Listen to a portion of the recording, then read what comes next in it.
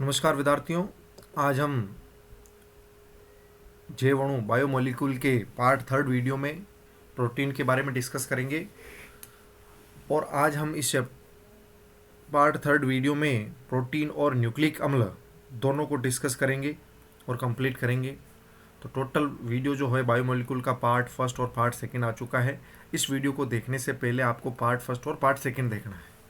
Part first और second, part first में हमने मोनोसेकेराइड पढ़े हैं, कार्बोहाइड्रेट के बारे में, और पार्ट सेकंड में डाई और पॉलीसेकेराइड पढ़ा है। ठीक है, अब अपन पढ़ रहे हैं पार्ट थर्ड वीडियो, जिसमें अपन शुरू कर रहे हैं प्रोटीन। जैसा कि डायग्राम बनाया हुआ, प्रोटीन किस में होती है, तो दालों में हो सकती है, ठीक है, अंडे में होती है, मछली में होती है। तो विभिन्न प्रोटीन के स्रोत हैं जो अपन लेते ही हैं। अब कहते किसे हैं प्रोटीन, तो प्रोटीन की एक्चुअल क्या परिभाषा है। तो प्रोटीन एक पॉलीपेप्टाइड है। पहले पेप्टाइड किसे कहते हैं, फिर इसके आगे पॉली लगा, मतलब बहुत सारे, तो इनको भी अपन डिस्कस करेंगे। पॉलीपेप्टाइड, अभी आपको नाम याद रखना है कि पॉलीपेप्टाइड होने चाहिए। अब पॉलीपेप्टाइड होंगे, लेकिन उसमें कितने अमीनो एसिड्स होंगे, तो 100 से ज़्यादा अमीनो एसिड्स होंगे। लिखा हुआ है कि 100 से अधिक अमीनो एसिड्स होंगे, अमीनो अम्ल। तो इसका मतलब पहली चीज़ आपको पता चल गई कि प्रोटीन की जो मेन यूनिट है वो अमीनो एसिड्स है। और अमीनो में भी अल्फा अमीनो अम्ल है। कौन से अम्ल है? अल्फा अमीनो अम्ल। तो जब अल्फा अमीनो अम्लों की 100 से अधिक यूनिट क्या बनाती है, पेप्टाइड बॉन्ड बनाती है, तो वो बहुत सारे पेप्टाइड बॉन्ड होगी, तो उनको पॉलीपेप्टाइड कहते हैं। तो 100 से अधिक अमीनो अम्ल होने चाहिए, और उनका जो मोलर मास है, मोलर द्रव्यमान जो है, वो 10,000 यूनिट से ज़्यादा होना चाहिए। 10,000 यू से क्या होना चाहिए, अधिक होना चाहिए। ठीक है, तो 10,000 यू से अधिक हो उनका मोलर मास, द्रव्यमान, और 100 से अधिक अमीनो अम्लों की यूनिट हो, और पॉलीपेप्टाइड बंध बनाते हों, तब उसको हम क्या कह सकते हैं, प्रोटीन कह सकते हैं। प्रोटीन एक ग्रीक वर्ड प्रोटियो से बनी है, लिखा हुआ इधर, जिसका अर्थ होता है प्राइम इंपॉर्टेंस, बहुत महत्वपूर्ण। ठीक है ना। ठीक है, इसमें भी एक्सेप्शंस है बिल्कुल, क्योंकि इंसुलिन एक प्रकार की प्रोटीन है। क्या है? प्रोटीन है, लेकिन उसमें मात्र कितने अमीनो एसिड्स हैं? 51 अमीनो एसिड्स ही हैं। जबकि मैं कह रहा हूँ कि 100 से कम अमीनो एसिड्स काम नहीं चलेंगे, लेकिन 51 अमीनो एसिड वाले को भी हम क्या कह रहे हैं, प्रोटीन कह रहे हैं। तो एक्सेप्शंस हर जगह हैं। तो proteins are polymers of alpha amino acids. तो प्रोटीन जो हैं वो पॉलीमर्स हैं, किसके? अल्फा अमीनो एसिड्स के पॉलीमर। मैंने कहा ना, अल्फा अमीनो अम्ल पाए जाएंगे। अब अमीनो एसिड्स किसे कहते हैं, तो हमने कहा था अमीनो एसिड उसे कहेंगे कि जिसमें NH2 भी होगा और COOH भी होगा। लेकिन ये जो NH2 है, ये कौन सी पोजीशन पे होना चाहिए? अल्फा। अल्फा कौन होता है? ये COH मेन, इसके पास वाले कार्बन को अल्फा कार्बन कहते हैं। ये कार्बन जो है वो अल्फा वाला है। इस पे क्या होना चाहिए? NH2 होना चाहिए। एक बॉन्ड ये हो गया, बॉन्ड ये हो गया। अब एक H लगा देता हूँ, दूसरा यहाँ पर अब मैं लगा दिया R। अब ये R के हिसाब से इसके विभिन्न नाम हो सकते हैं, जो आगे अपन पढ़ेंगे कि इनके अमीनो एसिड्स के नाम क्या क्या हैं। जैसे ग्लाइसिन है, लाइसिन है, ठीक है, ये विभिन्न नाम हो जाएंगे इनके। ठीक है, इस स्ट्रक्चर को अल्फा अमीनो एसिड्स कहते हैं, क्योंकि अल्फा पोजीशन पे NH2 जुड़ा हुआ है, इस वजह से इसको अल्फा अमीनो एसिड्स कहते हैं। ठीक है, नेचुरल अमीनो एसिड्स आर जो होते हैं वो L अमीनो एसिड्स होते हैं। L का मतलब क्या है कि NH2 समूह कौन सी साइड मिलेगा आपको? लेफ्ट साइड मिलेगा। कौन सी साइड मिलेगा? लेफ्ट साइड मिलेगा NH2 समूह। जब अपन इनको इस प्रकार ड्रॉ करेंगे ना, तो COOH, और यहाँ पर अगर देखेंगे तो NH2 समूह मिलेगा, लेफ्ट साइड पे मिलेगा। ठीक है ना, ये थोड़ा सा ध्यान रखना है। अमीनो एसिड्स की चूंकि 4 कार्बन बॉन्ड बना रहा है, चतुष्फल की संरचना, ये 2 प्लेन, ये प्लेन के जस्ट बाहर की तरफ और ये प्लेन के पीछे की तरफ। अब देखो ये अमीनो एसिड्स के नाम हैं इस आर के हिसाब से। तो पहले को बोलते हैं ग्लाइसिन। ग्लाइसिन सबसे सिंपल है कि जैसे CH2, ये NH2 और ये COOH, इसको बोलते हैं ग्लाइसिन। क्या बोलते हैं? ग्लाइसिन। और ये एकमात्र ऐसा है, क्योंकि ये इस एक कार्बन से 2 हाइड्रोजन सेम जुड़े हुए हैं, इस वजह से ये एकमात्र ऐसा अमीनो एसिड्स है जो प्रकाशिक सक्रिय नहीं है, या इसमें किरेल कार्बन नहीं है। क्योंकि किरेल कार्बन नहीं है तो प्रकाशिक सक्रिय नहीं हो सकता। प्रकाशिक सक्रिय होने के लिए उसमें किरेल कार्बन होना आवश्यक है। तो ये एकमात्र ऐसा अमीनो एसिड है जो प्रकाशिक सक्रिय नहीं है। तो आपके अगर मान लो, क्योंकि वैकल्पिक क्वेश्चन है आपके आने वाले, तो वैकल्पिक प्रश्न में आपको ऐसा दे दिया जाए कि निम्न में से कौन प्रकाशिक सक्रिय अमीनो अम्ल नहीं है, तो आपको वहां पर टिक करना है ग्लाइसिन। ठीक है, कि ग्लाइसिन जो है वो प्रकाशिक सक्रिय अमीनो एसिड नहीं है। सबसे सिंपल अमीनो एसिड्स यही है। ठीक है ना। और इनको देखो 3 सिंबल यूज में करते हैं इनके, और जो कोड है वो इनका कैपिटल अक्षर यूज करते हैं। तो सिंबल के लिए इनके फर्स्ट 3 लेटर को लिखते हैं GLY, जैसे एलानिन में ALA, और देखो खास बात कि जिनके स्टार लगाए हुए हैं, देखो किनके स्टार लगाए हुए हैं, टोटल आपकी एनसीईआरटी में मैं बता देता हूँ, एनसीईआरटी में टोटल 20 अमीनो एसिड्स लिखे हुए हैं। कितने लिखे हुए हैं? 20, जिसमें 10 के ऊपर स्टार लगाया हुआ है और 10 पर कुछ नहीं है। स्टार का मतलब होता है, उनको बोलते हैं आवश्यक अमीनोमल। क्या बोलते हैं? आवश्यक अमीनोमल। और इसको बोलते हैं अनावश्यक। तो जैसे आपके वैकल्पिक क्वेश्चन दे रखा है, तो ये भी पूछा जा सकता है कि निम्न में से कौन आवश्यक अमीनोमल नहीं है या आवश्यक अमीनो एसिड्स हैं। तो आपको कुछ 4-5 याद रखने हैं कि जैसे कि देखो ग्लाइसिन आवश्यक नहीं है, एलानिन आवश्यक नहीं है, तो शुरुआत की टेबल के जो 2 नंबर है वो आवश्यक नहीं है आपके, सबसे सिंपल है, इस वजह से आवश्यक नहीं है, ऐसा याद रख सकते हो। तो शुरुआत के दोनों आवश्यक अमीनो एसिड नहीं है। लेकिन जैसे ही तीसरे पे जाओगे उसको बोलते हैं वेलिन। क्या बोलते हैं? वेलिन। तो वेलिन एक आवश्यक अमीनोमल है। तो अगर उस एबीसीडी में अगर पूछा जाए है और वेलिन आ जाए तो आपको उस पर टिक करना है।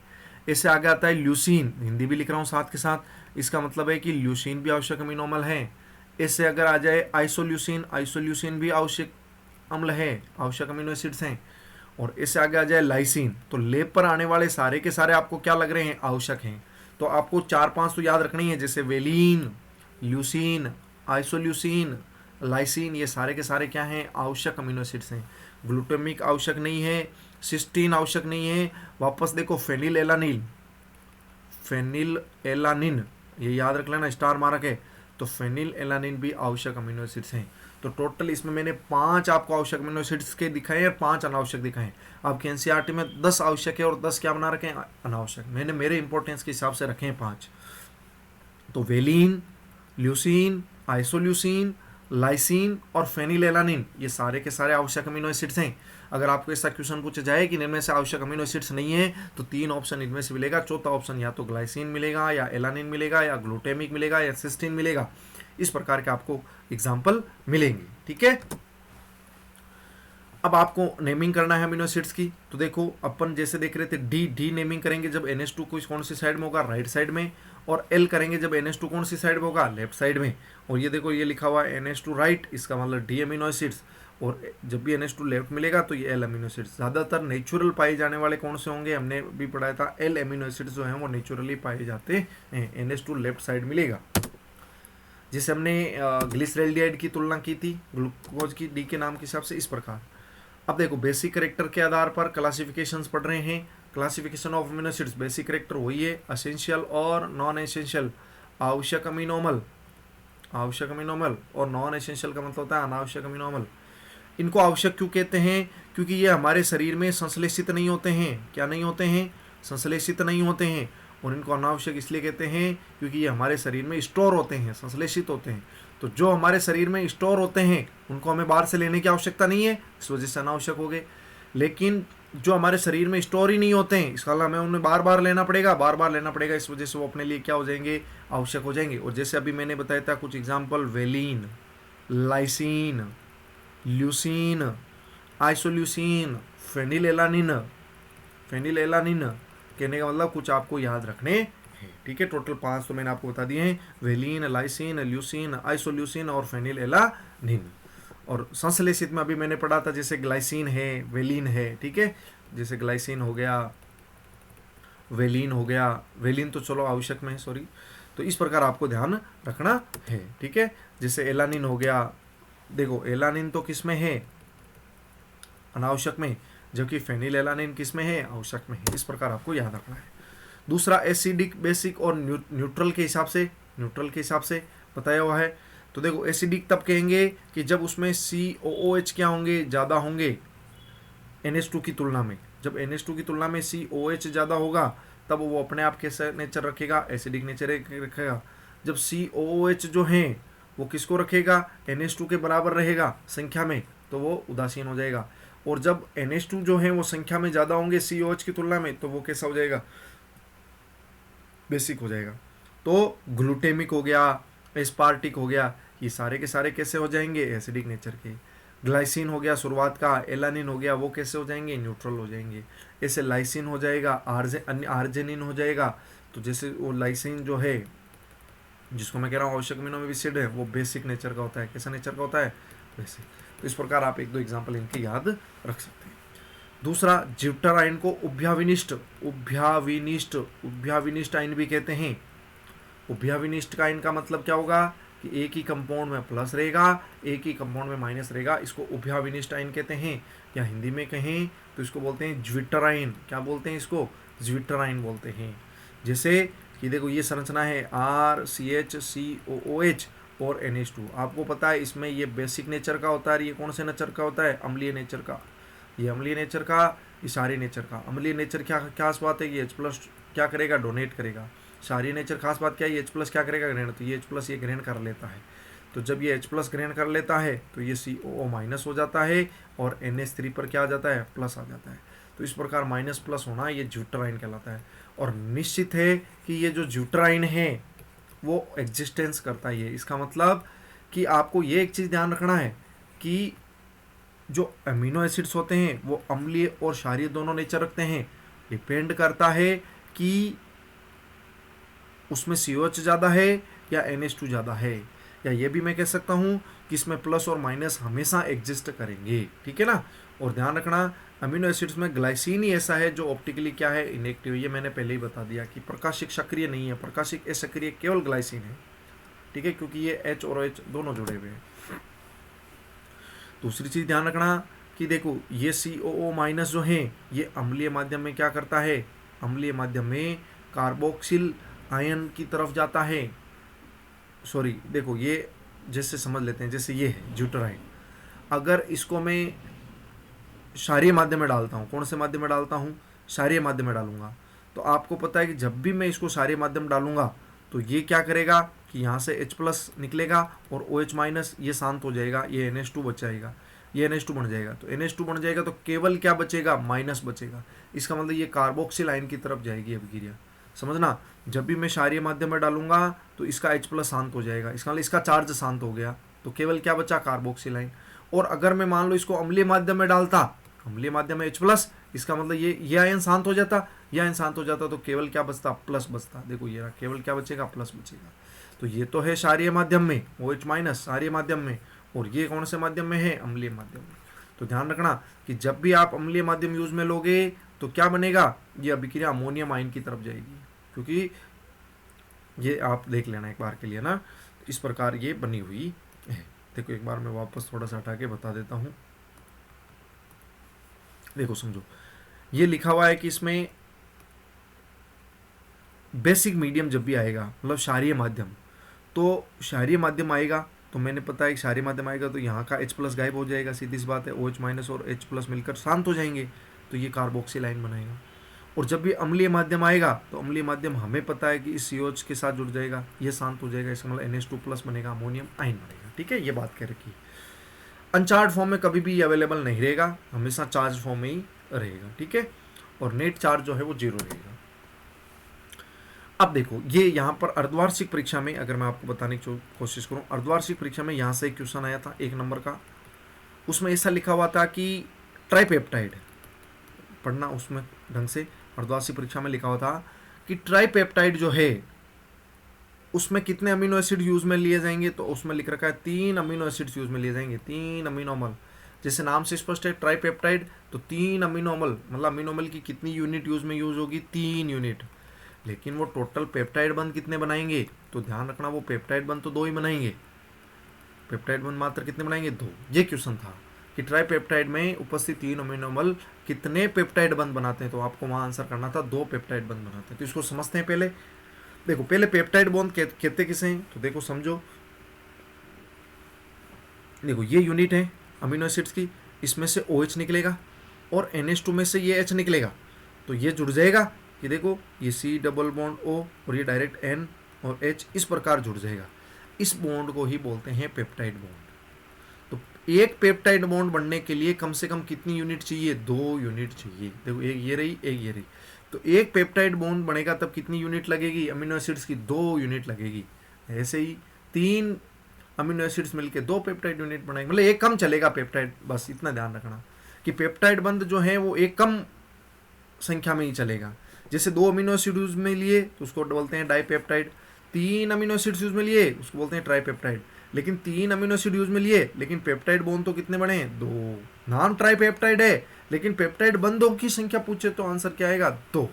ऐसे 4 अमीनो एसिड्स टेट्रापेप्टाइड, ऐसे बहुत ज़्यादा अमीनो एसिड्स पॉलीपेप्टाइड बोलते हैं।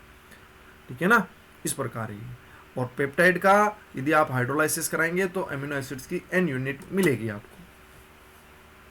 ठीक है, जैसे देखो ये ग्लाइसिन है और ये एलानिन है, इस प्रकार ये GLYAL जो है यूनिट बनाएगा और ये एक पेप्टाइड बॉन्ड हो जाएगा। क्या हो जाएगा? पेप्टाइड बंद हो जाएगा, पेप्टाइड बंद। ठीक है,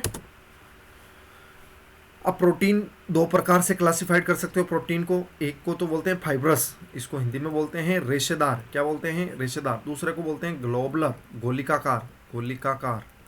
तो गोलाकार या गोलिकाकार बोल सकते हैं। तो रेशेदार और गोलिकाकार। रेशेदार में जैसे अपन की जो हेयर हैं, बाल हैं, बालों को क्या कहते हैं? केराटिन। तो बाल एक रेशे के रूप में होता है, इस प्रकार एक सिंगल रेशे के रूप में। जबकि गोलिकाकार क्या होता है? गुच्छे के रूप में होती है।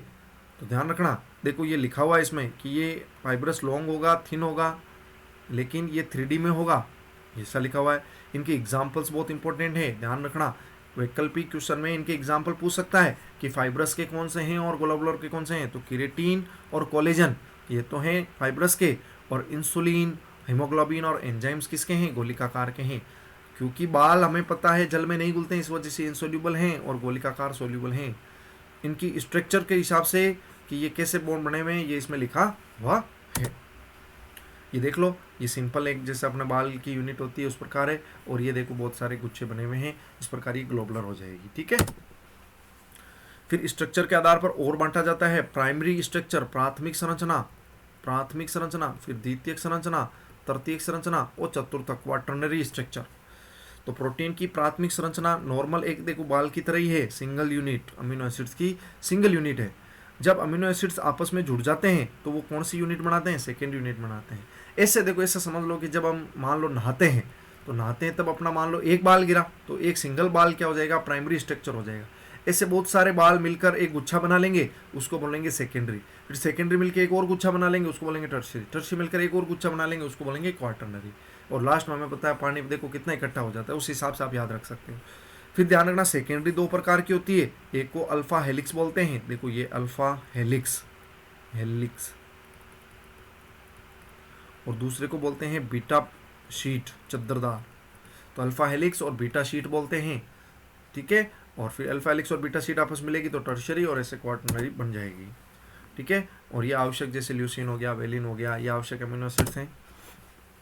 प्राइमरी देखो सीक्वेंस ऑफ अमीनो एसिड्स होंगे और वन चेन से ज़्यादा भी हो सकते हैं, और पॉलीपेप्टाइड मतलब पेप्टाइड बंध द्वारा जुड़ेंगे। सेकेंडरी मैंने कहा था दो प्रकार की होती है, अल्फा हेलिक्स और beta pleated sheet. Beta pleated sheet का मतलब क्या हुआ कि बीटा प्लेटेड प्लेट की तरह शीट रहेगी, अल्फा हेलिक्स की तरह रहेगी। अल्फा हेलिक्स का मतलब क्या हुआ कि जैसे अपन स्क्रू कसते हैं ना किसी के अंदर, तो जैसे मान लो ये इस प्रकार स्क्रू कस रहे हैं, तो राइट हैंडेड स्क्रू, राइट हाथ में अगर अपन कसना स्टार्ट करते हैं तो उस प्रकार की होती है। जैसे देखो ये रहा, देखो ये इस प्रकार का स्क्रू हो गया ना, देखो ये रहा, ये एक प्रकार का स्क्रू जैसे कसते हैं ना वैसे कसा जाएगा। और इसके अंदर इंट्रा मोलिकुलर हाइड्रोजन बॉन्ड होंगे। इंट्रा मोलिकुलर अपन बोलते हैं ना अंत्य अणु, एक ही में, तो एक में ही है बिल्कुल, जैसे एक चल रहा है इसी के अंदर अगर हाइड्रोजन बॉन्ड है तो उसको बोलते हैं intramolecular hydrogen bond.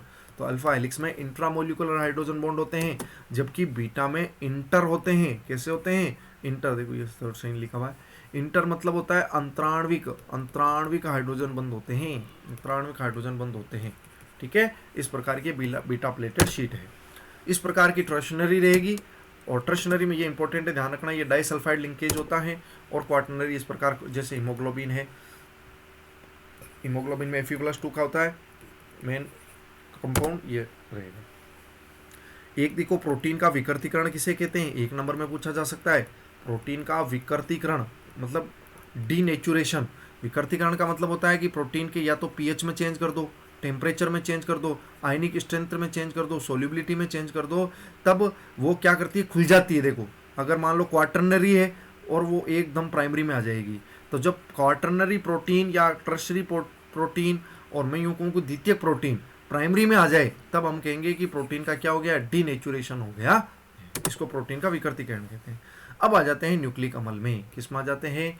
Nucleic acid, nucleic अम्ल में। और न्यूक्लिक अम्ल में ही अपन पता है न्यूक्लिक अम्ल किन में पाया जाता है, आरएनए और डीएनए में। और बायोलॉजी वाले इसको अच्छी तरीके से समझते हैं कि what is DNA and RNA, क्योंकि आपको पता है कि अपन जानते हैं कि प्रत्येक व्यक्ति की हम शकल, मान लो कईयों के अपन कहते हैं ना लक्षण मिलते हैं, किसी पिता की हाइट ज़्यादा है तो उसके बच्चे की भी हाइट ज़्यादा है, अगर मान लो पिता का रंग सांवला है तो बच्चे का रंग भी सांवला है। ये कैसे हुआ? ये डीएनए से आया है। इसका मतलब डीएनए किस में पाया जाएगा? देखो अपनी शरीर में शेल होती है, कोशिका, कोशिका के अंदर न्यूक्लियस होता है, ठीक है, नाभिक होता है, नाभिक के अंदर क्रोमोसोम होता है, और क्रोमोसोम किसका बना होता है? डीएनए का बना होता है। किसका बना होता है? डीएनए का बना होता है। डीएनए किसका बना होता है? न्यूक्लिक अम्ल का बना होता है। तो अब अपन को पता चल गई कि सारा सारा जो खेल है जीन ट्रांसफर का सारा का सारा खेल वो है, वो न्यूक्लिक अम्ल पर आधारित है। किस पर आधारित है? न्यूक्लिक अम्ल पर आधारित है। अब न्यूक्लिक अम्ल जो है वो 3 प्रकार से बंटे हुए हैं। एक तो पेंटोज शुगर, पेंटोज में 2 प्रकार की शुगर होगी, एक तो राइबोज और डीऑक्सी तो 2 प्रकार की शर्करा होगी, जैसे आरएनए में राइबोज होती है और डीएनए में डीऑक्सी होती है, तो ये दोनों देखेंगे। और न्यूक्लिक एसिड में तीसरा भाग कौन सा है? फॉस्फोरिक एसिड के डेरिवेटिव्स। देखो ये होता है फॉस्फोरिक एसिड H3PO4, H3PO4, इसकी संरचना देखेंगे तो P double bond O, OH, OH और OH, इसको बोलते हैं फॉस्फोरिक अम्ल। अब फॉस्फोरिक अम्ल के यहाँ शब्द यूज किया गया डेरिवेटिव, इसका मतलब ये नहीं मिलेगा आपको इसके डेरिवेटिव। डेरिवेटिव मतलब इस हाइड्रोजन की जगह कुछ और आएगा, इस हाइड्रोजन की जगह कुछ और आएगा। ये O माइनस लिख देता हूँ, ये O माइनस, इसको बोलते हैं डाई, है ना, ये शब्द आ जाएगा डाई। अब यहाँ अगर मान लो R लगा देता हूँ तो ये एस्टर बन गया, तो डाई एस्टर फॉस्फोरिक अम्ल यूज में लिया जाता है। फिर तीसरा अपन यूज करते हैं नाइट्रोजिनस बेस। नाइट्रोजिनस का बेस का मतलब क्या होता है? ये एक हेट्रोसाइक्लिक होगी, नाइट्रोजन बेस कह सकते हो। इसका मतलब कोई क्षार होगा और उस क्षार में बेस में नाइट्रोजन शामिल होगा, और कितने प्रकार के होंगे ये भी अपन देखेंगे। तो पहले अपन राइबोज के बारे में देखते हैं। तो देखो ये राइबोज की स्ट्रक्चर है कि CHO और सारे OH एक तरफ हैं।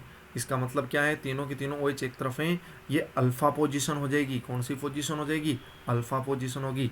तो अल्फा राइबोज ऐसा होता है, ठीक है। बीटा में OH जो है फर्स्ट नंबर वाला वो इस तरफ आ जाएगा, और कोई ज़्यादा फर्क नहीं है। और न्यूक्लिक एसिड में केवल बीटा फॉर्म होती है। क्या फॉर्म होती है? बीटा फॉर्म होती है, अल्फा फॉर्म यूज नहीं होती है। इसका मतलब OH जो है वो आपको ऊपर की तरफ ही मिलने वाला है। अब डीऑक्सीराइबोज में ध्यान रखना कि देखो ये लिखा है, देखो ये डीऑक्सीराइबोज में देखना, ये जो 2 नंबर कार्बन है डीऑक्सी में, बीटा बता रहा हूँ, 2 नंबर कार्बन का ये जो OH है ये OH गायब हो जाता है, O गायब हो जाता है। इसमें बोलते हैं डी का मतलब बाहर निकलना, और ऑक्सी का मतलब है ऑक्सीजन बाहर निकला है, तभी तो इसका नाम डीऑक्सी पड़ा है। डी का मतलब बाहर निकलना, O का मतलब कौन बाहर निकला? ऑक्सीजन। और कितने नंबर कार्बन का? 2 नंबर कार्बन का। इतना ध्यान रखना है बस, और कोई ध्यान रखना ही नहीं है। अब देखो न्यूक्लिक एसिड में जो नाइट्रोजिनस बेस हैं ये कैसे कैसे हैं? देखो नाइट्रोजिनस बेस तो के डेरिवेटिव्स हैं। एक को बोलते हैं प्यूरीन, क्या बोलते हैं? प्यूरीन। और एक को बोलते हैं पिरीमिडीन।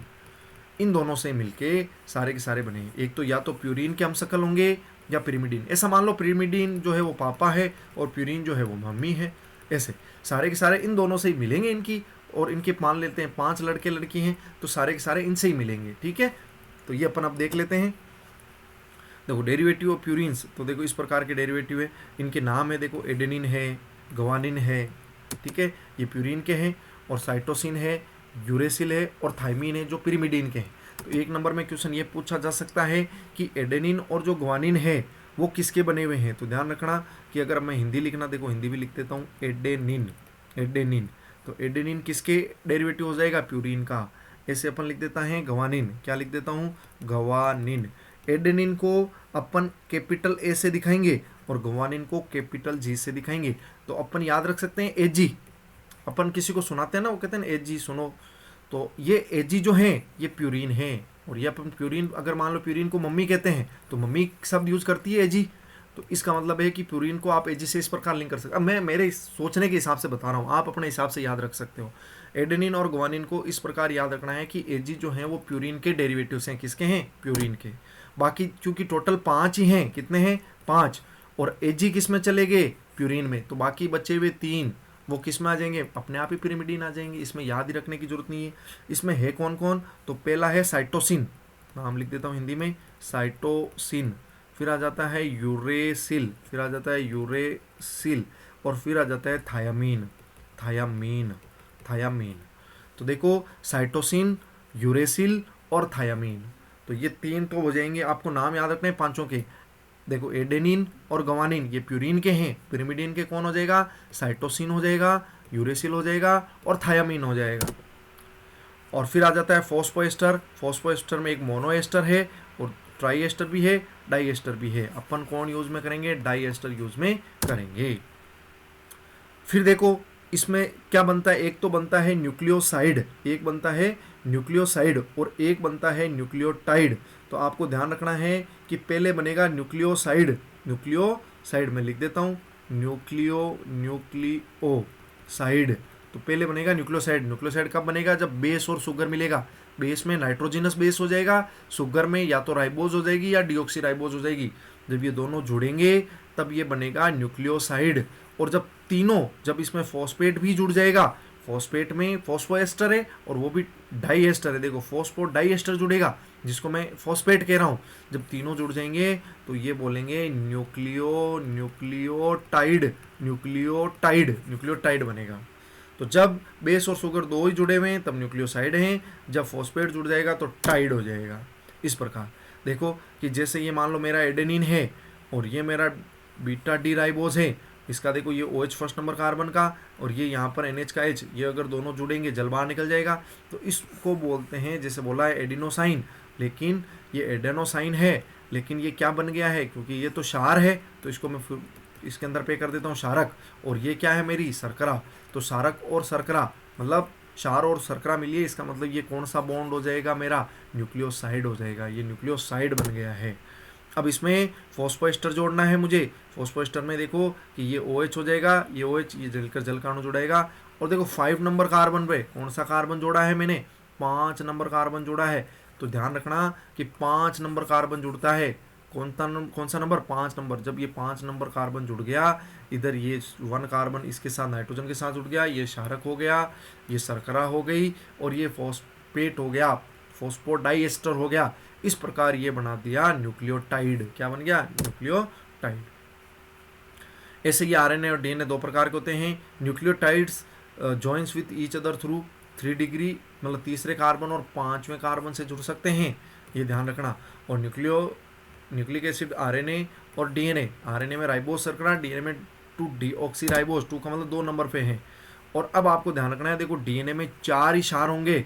ये यहाँ से क्वेश्चन पूछा जा सकता है वैकल्पिक कि DNA में इनमें से कौन सा क्षार नहीं है। तो ध्यान रखना, देखो AG पाया जाएगा, फिर C और T, ठीक है। और इसमें AGC और फिर आ जाएगा यूरेसिल पाया जाएगा।